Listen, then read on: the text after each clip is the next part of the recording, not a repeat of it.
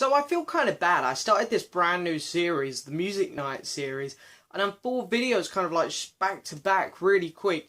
It's taken me like another 20 videos to actually do part 5 to that series. So here I am with part 5 to my Music Night series, and we got some great albums coming up to talk about today.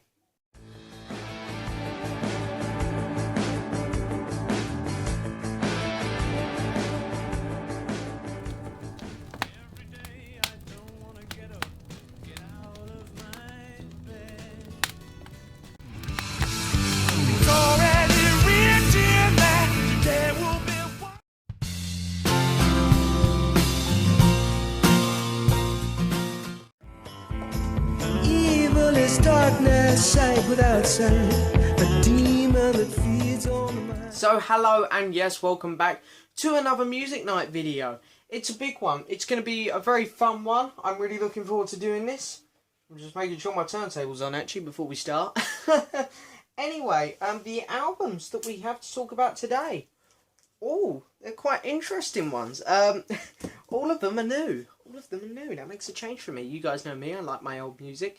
You know, I try not to stay stuck in the past, but you know, this is going to be different. Anyway, we're going in actual. I'm going to do my usual. We're going to go in release order. So for those of you guys who are popping around to this video for the first time, you haven't seen me do a Music Night video before. This is basically how they work. I'm going to play these albums one at a time, and after each album, I'm going to come back and give my immediate reactions to the album. Haven't heard any of these albums before, so it's kind of like a straightforward aftermath. Thoughts on the album. So anyway, I've got 3 albums here and we're going in release order. So the first album that was released out of the 3 I'm playing today is Had to Cry Today by Joe Bonamassa. This is his 4th studio album. I have now heard the first 3 Joe Bonamassa albums, so I thought, okay, which one's next? And it's this one, so we're going to be playing this one for the first time today. Then I'm going to be playing the only album by The Who, which I haven't heard, which is Endless Wire. Now, I hear this isn't very good, but I want to go into this one optimistic. I'm going to hope I enjoy it. So we got this one. And then, very interesting one here. I really didn't like the latest release by this guy. So I kind of thought, okay, well, let's give his the album that came out before his most recent one a try. And that's Paul Simon's So Beautiful or So What. So yeah, you wouldn't think that, really. I mean, you think the oldest artist here, really, is probably Paul Simon, from his Simon and Garfunkel days, and then The Who kind of come about probably a year or 2 later. Joe Bonamassa being a late 90s guy. But really, the Joe Bonamassa album actually came out first, followed by The Who, and then Paul Simon's. We're actually going in the opposite order as to what most people would predict here. But anyway, Joe Bonamassa first. I've heard his first 2 albums. His first one was a great debut. His second album is incredible. His second album was phenomenal. His third album, Blues Deluxe, weakest one so far, but still a good album. How's the 4th one going to sound? I'm quite interested in this one. It's this album originally came out in 2004, but I don't know what year this vinyl pressing is from, because they've done this whole reissue line of Joe's stuff. So I'm not sure what year this particular reissue is from. It's just got 2004 written on there. Probably will say at the centre of the record. But anyway, you get a beautiful sleeve with it. Really nice, thick. And there's still no year on here for the reissue. And then here is the vinyl. Let's see if there's a year on here.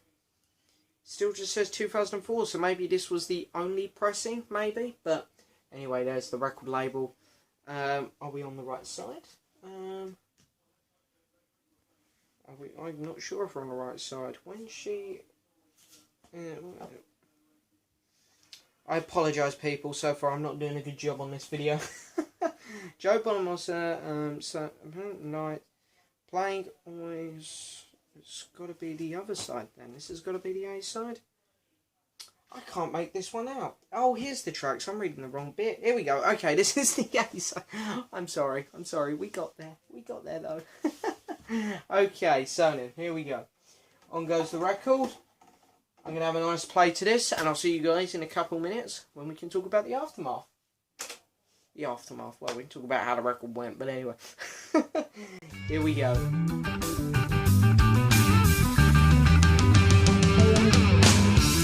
So then, Joe Bonamassa Had to Cry Today. What did I think? Weakest album out of his first four that I've heard, I'd say. It was a good listen. I enjoyed it. There were some fantastic moments on it, but there were a couple weak moments on this one. And with the first three Joe albums, I loved all three. There really wasn't any bad moments on any of them. However, this album had a couple moments. Junction 61 is a pointless, 40-second piece. And Joe's a blues guy. He's a kind of rock guy. He's not, I don't know why this song's on here. It doesn't suit him. So I don't understand that. There's a total of 3 instrumentals on here. Reconsider Baby was probably the one I liked the most because it had a cool guitar solo going throughout all of it. And then we had Revenge of the 10-Gallon Hats, which was interesting, but it wasn't great. And then Folks Mantini? Sorry if I'm pronouncing that one wrong, but again, another track which was just okay. Standout tracks, definitely the opening song. The opening song was brilliant. I thought I was in for a great ride there on that one. And I enjoyed this album a lot. The title track, Had to Cry Today, was brilliant. Around the Bend, I liked that one. That was good. Yeah, it was a very good album. Overall, off the top of my head, I would give this album probably a 6 to a 7 out of 10. Probably nearer to a 7. So it was a good listen. I really did enjoy it. I don't want to sound negative, because it was a great album, and I would recommend this, but his first 3 albums were a bit better, I felt. But yeah, maybe second listen it will grow on me. I hope it does, but anyway. So now we're on to The Who, The Endless Wire. Yes, The Endless Wire. Okay, yeah, I've never heard, this is the only Who album I've never heard. And I hear it is pretty much the most hated Who album out there. And I really didn't like the 280s ones. So, I'm nervous about playing this, I can't lie. I'm going to have to sit back because my feet are killing me a bit here. I'm a bit nervous about playing this one. It's got basically 3 sides, but then there's a mini opera side on here. And as much as I love Tommy, I'm not sure how well this is going to compare. I mean, that's the thing. The Who had one of the best operas ever. Should they be doing another one? Probably not, especially considering it only takes up one side of the record of a double LP set. But anyway, so it's not a gatefold. You get these two pretty plain inner sleeves with just information or lyrics. I think they're lyrics. Yeah, there we go. Okay, A side. Okay, I'm nervous. Anyway, on it goes. Let's get this one over with. 2 LP sets. I might be here a while, so I guess I'll see you guys in a couple days. He had a mad old plan. Okay, so then, The Who, Endless Wire. Well, I get why it's so hated. Well, I will say this straight off. Roger Daltrey wasn't that bad on it. His voice was okay. Everyone kind of moans about his voice today, but, he didn't just sound like that on that album. He sounds like that on his solo projects as well. I mean, the guy has aged. He can't help that. So I think he gave it a good effort. He sounded okay for his age. The one who I actually had problems with was Pete Townsend. Love you, Pete, but his voice was dreadful on this album. His voice was dreadful. He almost saved it on the title track, Endless Wire. That was actually the best song on here, probably. And his voice was okay on that. But, yeah. So the opening track, really reminiscent of Baby O'Reilly. And it's like, why are they trying to recreate that song in the intro there? And they've done it somewhere else on the album as well. I think it was on the mini opera bit. The mini opera bit was generally just mini and pointless. There were some tracks which I had real issues with. Like In the Ether. Go listen to In the Ether. That shows you how bad this album was, really. Yeah, so do I think it's the worst album ever? No, but it is definitely the worst Who album, I think. It's only first listen, so my opinion might change. But on first listen, this is the worst Who album I've heard of. No, to say the least, I did not enjoy that album. So anyway, there's that. Anyway, we're on to the last one now, thank God, really. Paul Simon, So Beautiful, So What. Now, I'm quite interested to play this one. We've got Getting Ready for Christmas opening this one, so I don't know when we're going to get like a Christmas song at the start here. But, yeah, well, the first album, as I say, I did enjoy Joe. But not quite as good as the other one, so a little bit of disappointment there. The Who, well, I knew I wouldn't really like it too much, to be honest. The reviews were not great. So, and I'm not the biggest Paul Simon fan, but at the minute I'm rooting for him to save the video a bit here. So anyway, let's see if he can. So anyway, what we got here, we got side 2, so we want this side. The label's pretty cool. I like the cover of this album, so there we go. Paul Simon, So Beautiful, So What, and let's have a see what he sounds like.